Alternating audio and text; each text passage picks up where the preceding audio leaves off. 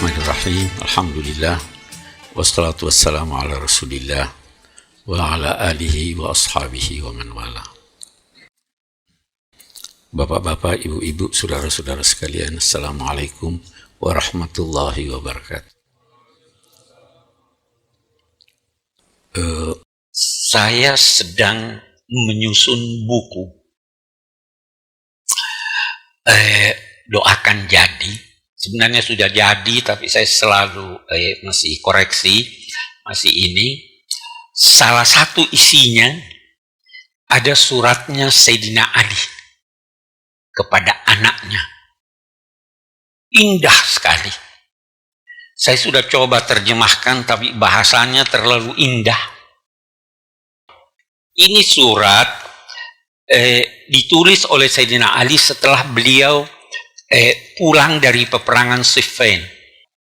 Dia tulis kepada anaknya Sayyidina Al-Hasan. Itu dimulai dengan menjelaskan tentang dirinya, bahwa saya seorang ayah yang pasti berakhir wujudnya di dunia ini. Tidak lama lagi akan mati. Pasti mati, kata Sayyidina Ali. Sosok yang menyadari dan mengakui betapa sulitnya menghadapi perjalanan hidup. Sulit. Beliau berkata, saya tadinya berkesimpulan bahwa saya tidak mau lagi memperhatikan selain diri saya. Karena semua nafsi-nafsi. Tetapi tidak lama kemudian saya sadar bahwa engkau, wahai anakku, adalah diriku. Jadi saya harus mengingat engkau. Saya harus memperhatikan engkau.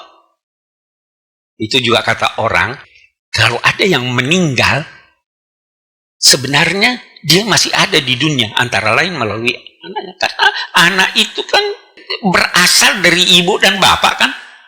Itu yang tumbuh. Nah, Sayyidina Ali berkata begitu, saya tidak bisa hanya memikirkan diri saya sekarang, karena engkau, saya lihat engkau diriku.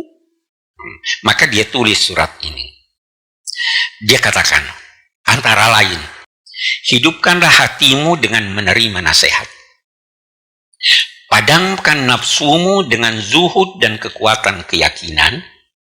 Terangi hatimu dengan hikmah dan tundukkan ia dengan mengingat maut, serta mantapkan ia dengan kesadaran akan kepunahan segala sesuatu yang berada di alam raya ini.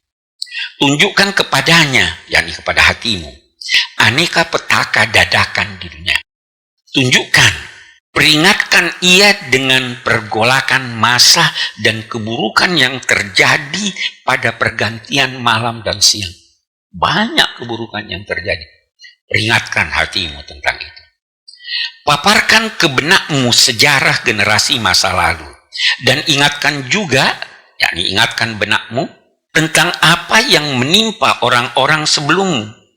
Jelajahilah pemukiman dan peninggalan mereka, lalu renungkanlah apa yang telah mereka lakukan, dari mana mereka datang, lalu kemana mereka berpindah, dan di mana kemudian mereka akan tinggal menetap. Jadi ini Sayyidina Ali ini sebenarnya, kalau analisa ilmuwan, masyarakatnya, itu kan Sayyidina Ali pindah dari Madinah ke Irak ya. Masyarakatnya sudah terpukau oleh dunia. Sedang Sayyidina Ali mau bawa dia ke akhirat. Jadi dia tidak diterima. Akhirnya dia pindah.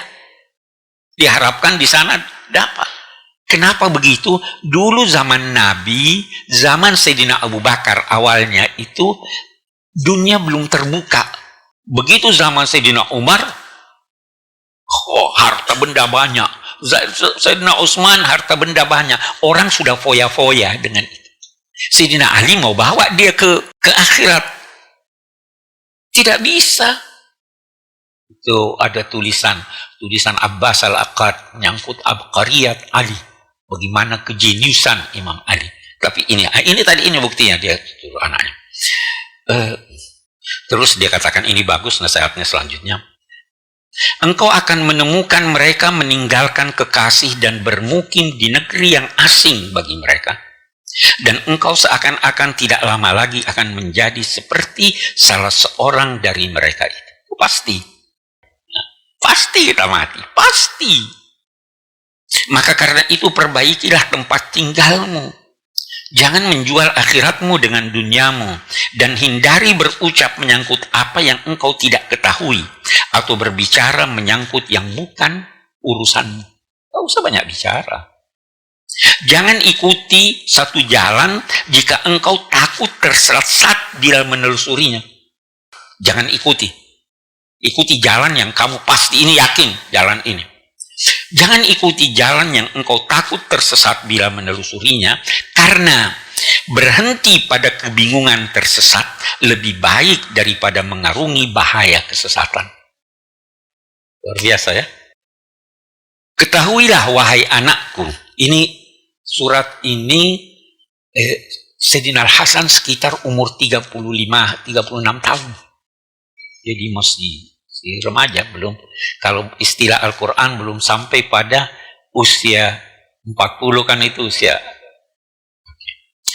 Ketahuilah wahai anakku bahwa yang paling kusukai untuk engkau amalku dari wasiatku ini adalah bertakwa kepada Allah dan, dengarkan, membatasi diri mengamalkan apa yang diwajibkan atasmu. Jadi tidak usah yang sunnah-sunnah dulu. Yang wajib, apa kewajibanmu? Itu nanti kita baca di hadis. Allah paling senang seseorang yang mengamalkan kewajibannya. Nanti setelah itu, Sayyidina Ali juga berkata begini, yang paling kusukai bertakwa dan amalkan apa yang wajib. Serta meneladani leluhurmu dan orang-orang yang saleh dari keluargamu. Kalau Sayyidina Ali berkata leluhur, itu leluhurnya Abdul Muttalib. Ya kan? Hashim. Boleh jadi dia teladani dari sikap yang lain, orang-orang yang sebaya dengan Nabi.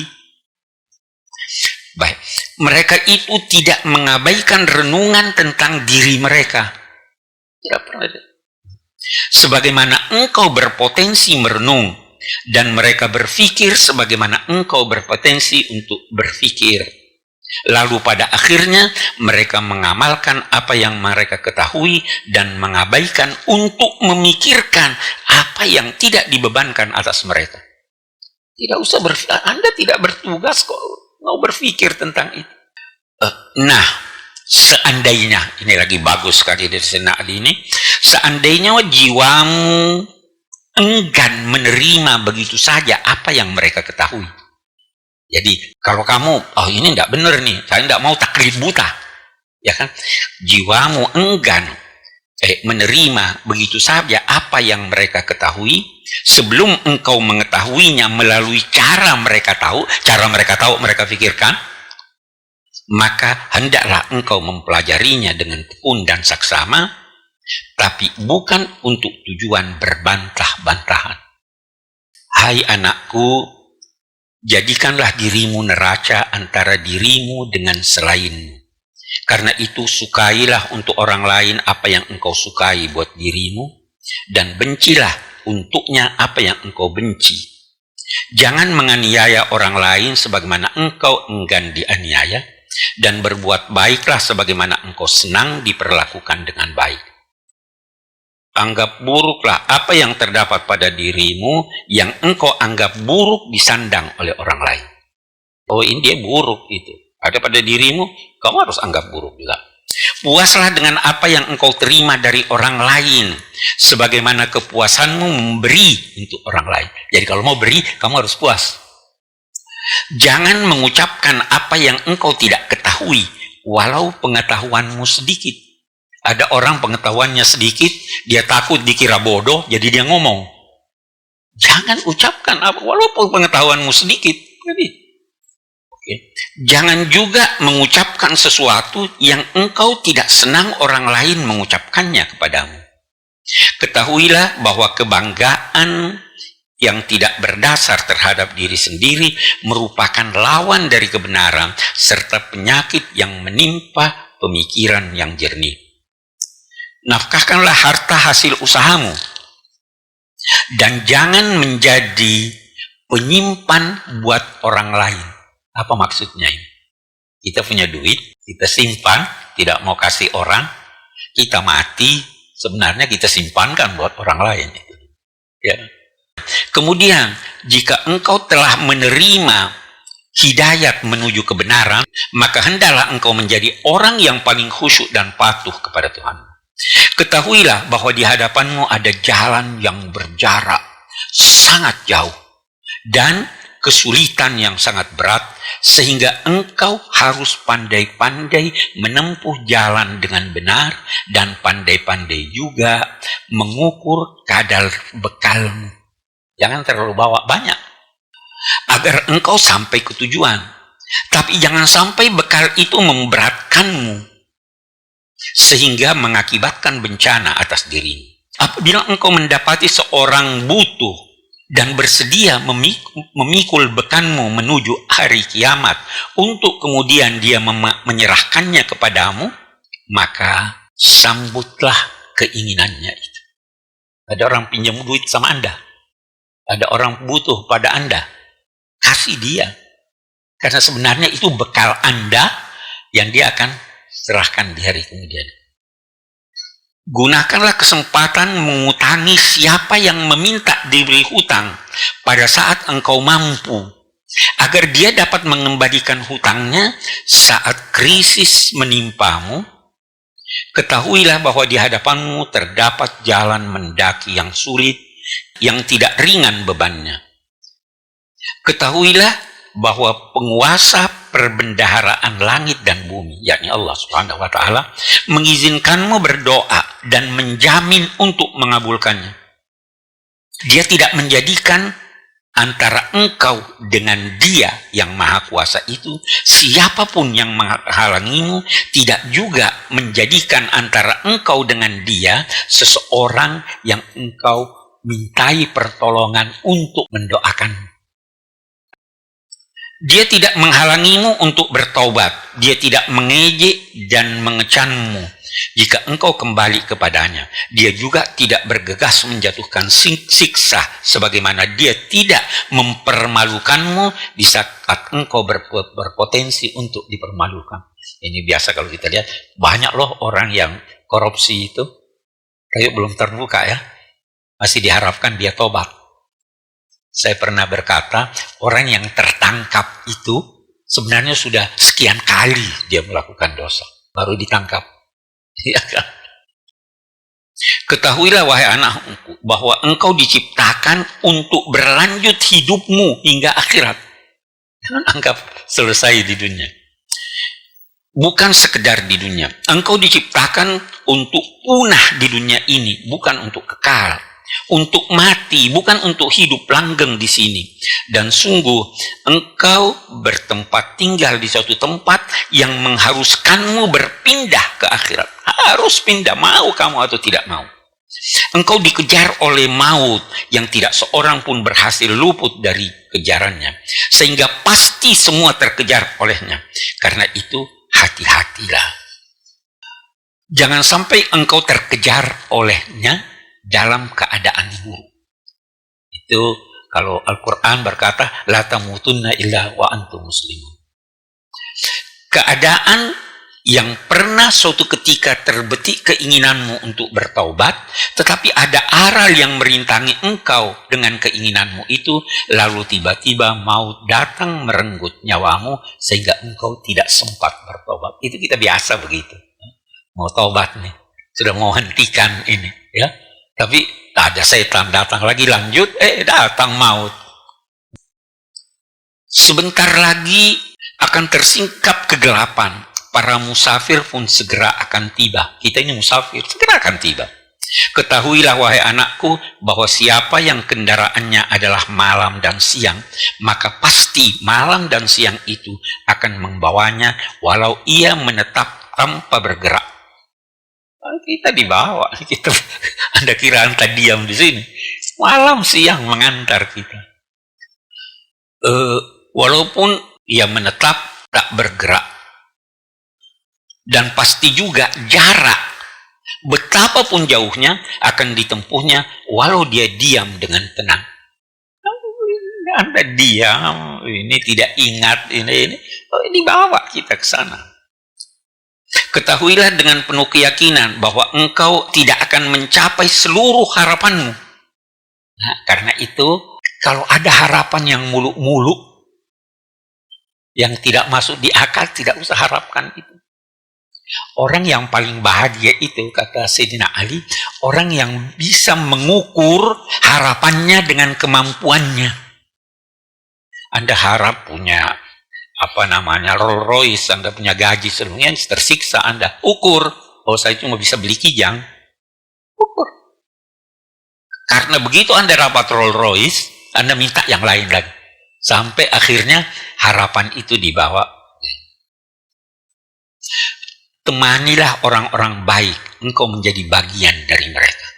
Temani orang-orang baik. Dan hindari serta berbedalah dengan orang-orang buruk. Engkau berbeda dengan mereka. Seburuk-buruk makanan adalah yang haram. Seburuk-buruk penganiayaan adalah menganiaya yang lemah. Penggunaan kelemah lembutan jika bukan pada tempatnya menambah kekerasan. Sedang bersikap tegas pada tempatnya melahirkan kelemah lembutan. Bisa jadi yang dianggap obat adalah penyakit, dan yang dianggap penyakit adalah obat. Bisa jadi yang memberi nasihat adalah orang yang tidak wajar memberinya, dan bisa jadi juga yang dimintai nasihat justru menjerumuskan. Maksudnya, pilih-pilih orang yang kamu mintai nasihat. Jangan sekali-kali mengandalkan angan-angan kosong, karena ia adalah sikap si pici. Kecerdasan adalah memelihara pengalaman, dan sebaik-baik pengalamanmu adalah yang menasehatimu. Gunakan kesempatan sebelum terlambat. Tidak semua yang mencari menemukan apa yang dicarinya. Tidak juga yang pergi akan kembali. Yang pergi tidak akan kembali. Yang pergi ke akhirat tidak akan kembali kemari. Termasuk bagian dari keburukan adalah menyia-nyiakan bekal dan memperburuk masa depan.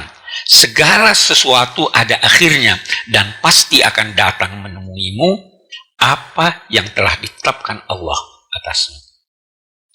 Pedagang itu berspekulasi.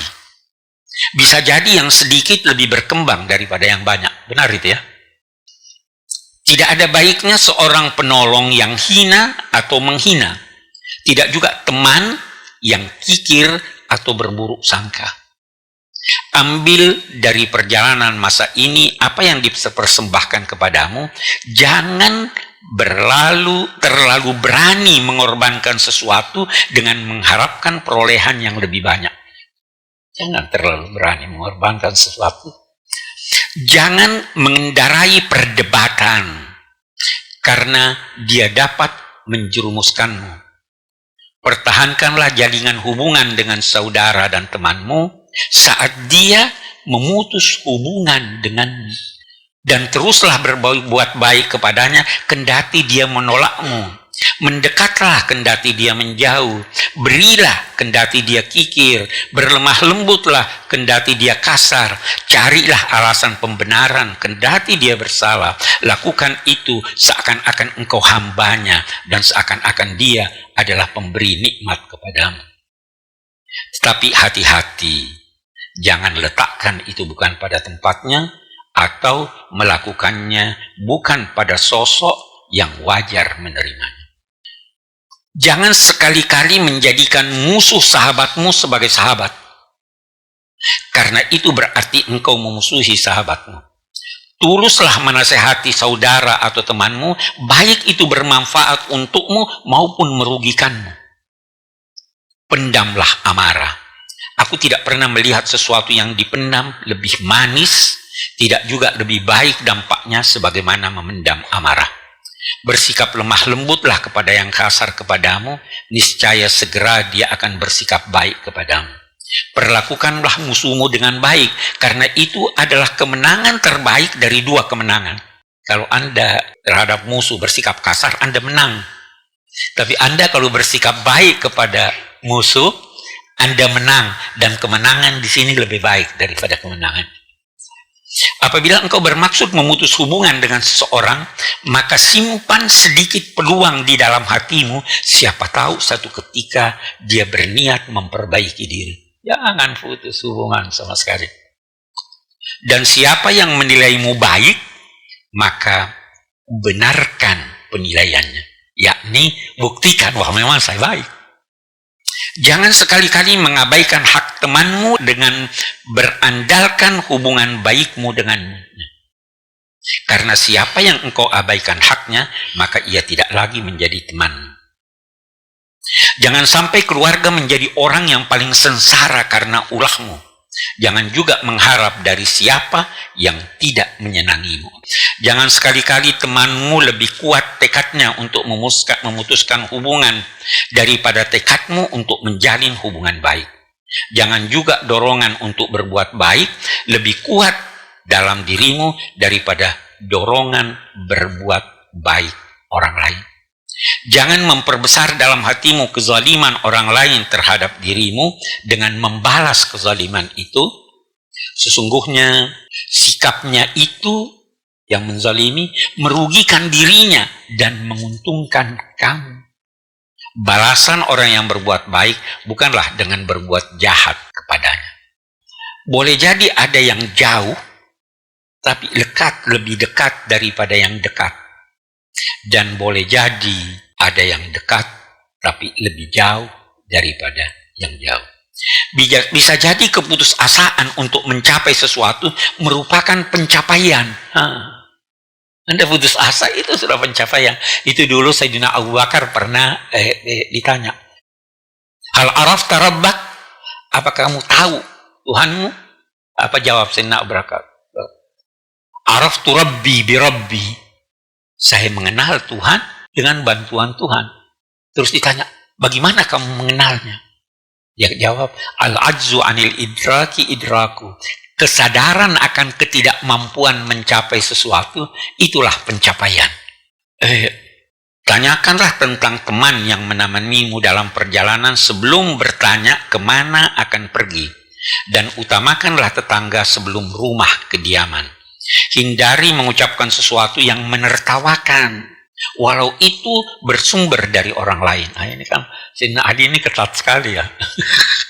Hormatilah keluarga besarmu, karena mereka sayap yang membawamu terbang, dan merekalah asal usulmu yang engkau berakhir pada mereka, dan mereka juga tangan yang engkau gunakan berjuang. Akhirnya suratnya dia tutup, dia katakan, aku menitipkan agama dan duniamu kepada Allah. Aku bermohon sebaik-baik ketetapannya untukmu di masa datang yang dekat maupun masa datang yang jauh, di dunia dan di akhirat. Wassalam.